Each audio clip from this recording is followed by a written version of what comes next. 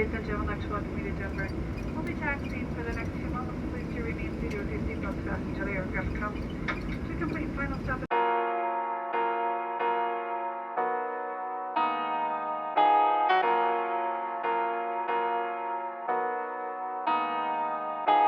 Accountability despite setbacks. Cool.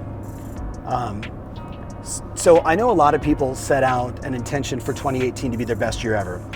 I know I certainly did, and I acknowledge all of us that created an intention, whether it was a physical intention, a relationship intention, a spiritual intention, a transactional intention, a financial intention, a savings intention, whatever it may be.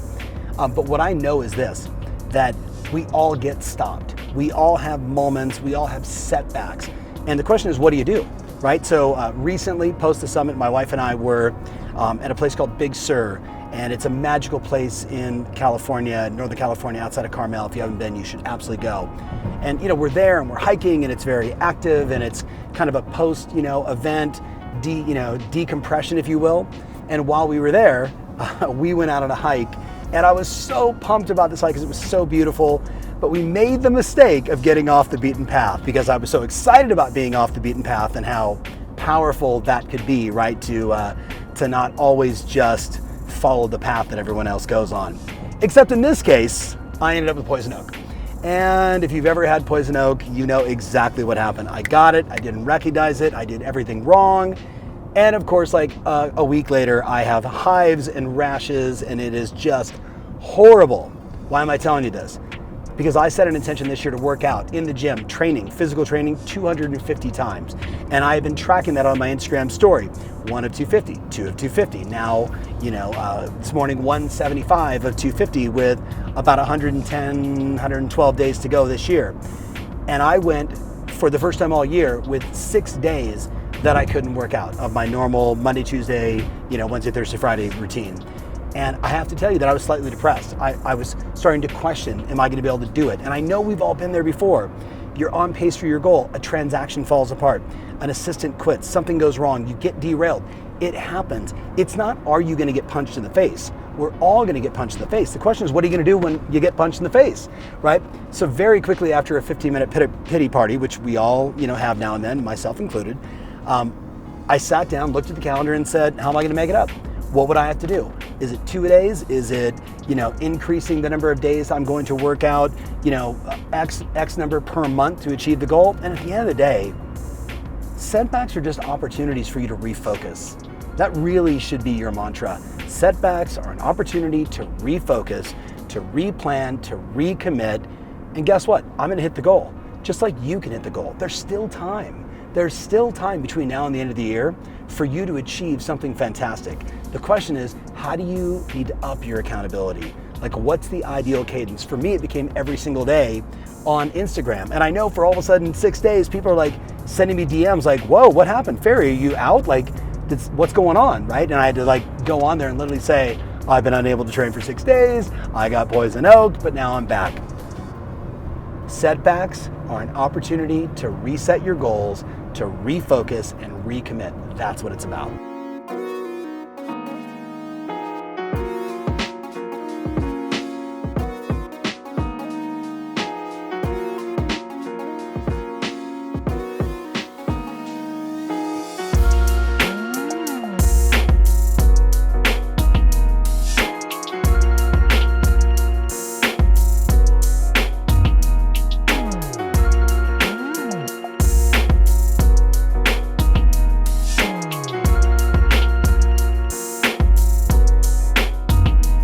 So a lot of people ask me about the power of the Mastermind, and having been in Mastermind starting at 19 years old, and at 19 and 20, as a matter of fact, with about 15 of the most successful real estate agents on the planet. And here I am, this young sales guy, learning the business and being able to spend this time with these extraordinary individuals. What it did is it gave me a greater arc of perspective. It gave me a level of maturity and understanding that when I was talking to somebody that was newer in the business, or 5 or 8 or 10 years in the business, the perspective that I had walking out of a room with agents that were selling hundreds of homes a year in 1989 and 1990, I was able to say to them, look, I synthesized the 10 things that these men and women all do. It's ABC 1, 2, 3.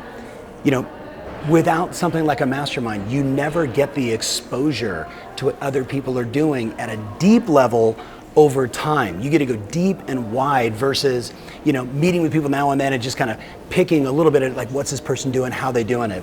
So I'm a huge fan.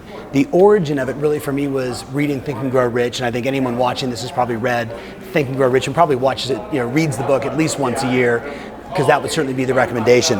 But if you look at the study of that book, Napoleon Hill was an early synthesizer. He was a codifier. He basically went out and studied the 500 most successful titans and entrepreneurs of his time. And in chapter 10, he says one of the things that they all had in common is they were all part of a mastermind group. So imagine, Henry Ford or, J.P. Morgan literally reaching out to friends and saying, I need some ideas. I want to bounce something off you. I want to get your feedback. It wasn't just that. They met on a monthly basis or a quarterly basis and worked on the big issues of their business, of their life, of what was happening in the economy, of what was happening in the world. And why was that so successful? We all know that your identity, the way you think about yourself and what you believe about yourself, right?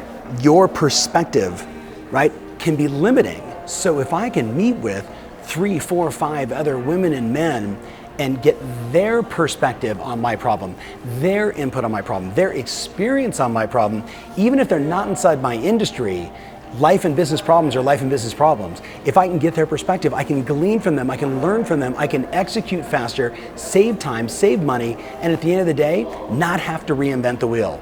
So for me, an entrepreneur today who doesn't have a mastermind group, a sales professional who doesn't have a mastermind group, a videographer who isn't in a mastermind group, what they're saying to themselves is one of two things. Either I am the way and I have all the information I need, or I'm just too busy and how do I get into one? So I want to address the first one is just a fixed mindset. We've talked about that enough. Dr. Carol Dweck wrote that groundbreaking book, Growth Mindset. A lot of people thought it was supposed to be motivational. It's not motivational. It's actually very more clinical. And a lot of people read the first half of the book and thought they got it. All the juice is in the second half of the book, right? Where she says this is how you transform yourself from that context of a fixed mindset in your business, in your relationship, in your idea exchange, your fear and anxiety around people not liking your ideas or not respecting your opinion or casting doubt on you, and how to get over that, right? So the key to a mastermind group, if you're in that fixed mindset, you're probably not going to be a part of one. So you need to read that book, you need to work on yourself, that's on you. The second one is that you just say, look, how do I start one? How do I get into one? And look, my advice is you're going to conferences, you got people inside your office, you got other people inside your community that are business professionals. Find the ones that have a growth mindset. Find the ones that have an upward trajectory in their business. You just ask like, hey, what are you working on? How's your business? If they're like, man, we got this turnover problem, we've always had it, it just is what it is, there's nothing we can do about it. Like if that's their mindset, they're a fixed mindset. I don't want that person in my mastermind group. I want the person that's a problem solver who is trying to figure out in their life and their business how to make it exceptional. Even if it's one person or 2 people, that's okay. I started small in the vast majority of the groups that I started. 2, 3 other CEOs, some of them, by the way, in my space, competing for the same dollars that I'm going after. But because I've got such a growth mindset, because I have such an abundant mindset, I would rather see his business or her business or my business, all of us do better in our space than not know what they understand and what they know. So, it's the opportunity to ride on the shoulders of giants in your industry. And you might be saying, Tom, I'm not a giant in my industry. Well, then guess what? You can be like I was in my first mastermind group. I brought coffee. I did whatever it took. I was the grunt. I was the little, the little kitten of the litter, trying to bring them value. And today, even today, some of those are still my greatest relationships in the space, right? So you can start one, you can get into one, go to a conference, find 2 or 3 people. If you're in our ecosystem, it's easy. Go onto the private Facebook pages and say, hey, look, I'm at 25 transactions and I want to go to 50. I'd like to start a mastermind group with people that are at a similar place that have that growth mindset. Once you get that core little group together, you very quickly realize they have so much more information than you do, and you can bring value to them, they're gonna bring value to you. Like, that's the gift of it, right? Like, not having to reinvent the wheel. And you can even go super tactical. And what software do you use? What CRM do you use? Here's your website provider. Can you hook me up with that person? How did you solve, this problem of lead generation or lead conversion? And then once all that stuff is out of the way, then you can start to work on the bigger issues. How's your marriage? How's your money? How's your health and vitality? And that's, like my mastermind group today, we blend the two. We're constantly jumping back and forth between marriage and life and kids and that side of our life, who we are as men and women in our communities, how we're gonna make a difference. And okay, by the way, how do we have 48% growth in our business year over year? Like, it's all of the above. That's the beauty of a mastermind. So I just say you start. Right? You stop playing small. You come to one of my conferences or whatever conferences you go to, and you find 2 or 3 people that have that similar connection. And then what do? Hey, let's meet once a month face to face, once a quarter face to face, where we really break down, things that are happening in our business, things that are happening in our life, and you get input and you hold each other accountable to the things that we were talking about 30, 60, 90 days ago. And then in a perfect world, you should be talking once a month. And like today with Zoom and Twilio and these other video-based applications, your mastermind group could be anywhere in the world and we can all be face-to-face on video. My group, we meet once a month for 45 minutes to an hour in between our meetings just to stay connected. Hey man, what are you up to? Hey girl, what's happening? What are you doing? And we chit chat, we talk about what's happening in the industry, we talk about things that we need to know, we keep each other abreast of what's happening, right? That's gonna help us grow and move forward. And again, if somebody's in need, we pour ourselves into that person, try and give them the most value possible, and then everybody's nurturing and following up and texting, because these men and women in your mastermind group, they become some of the most important professional relationships, and I would even argue just relationships in your life. So here's the deal. You can either go it alone, you can take that path, or you can find 3, 4, 5 people, start a group that are committed to do something exceptional and ride on the shoulders of giants. I think you know where I stand.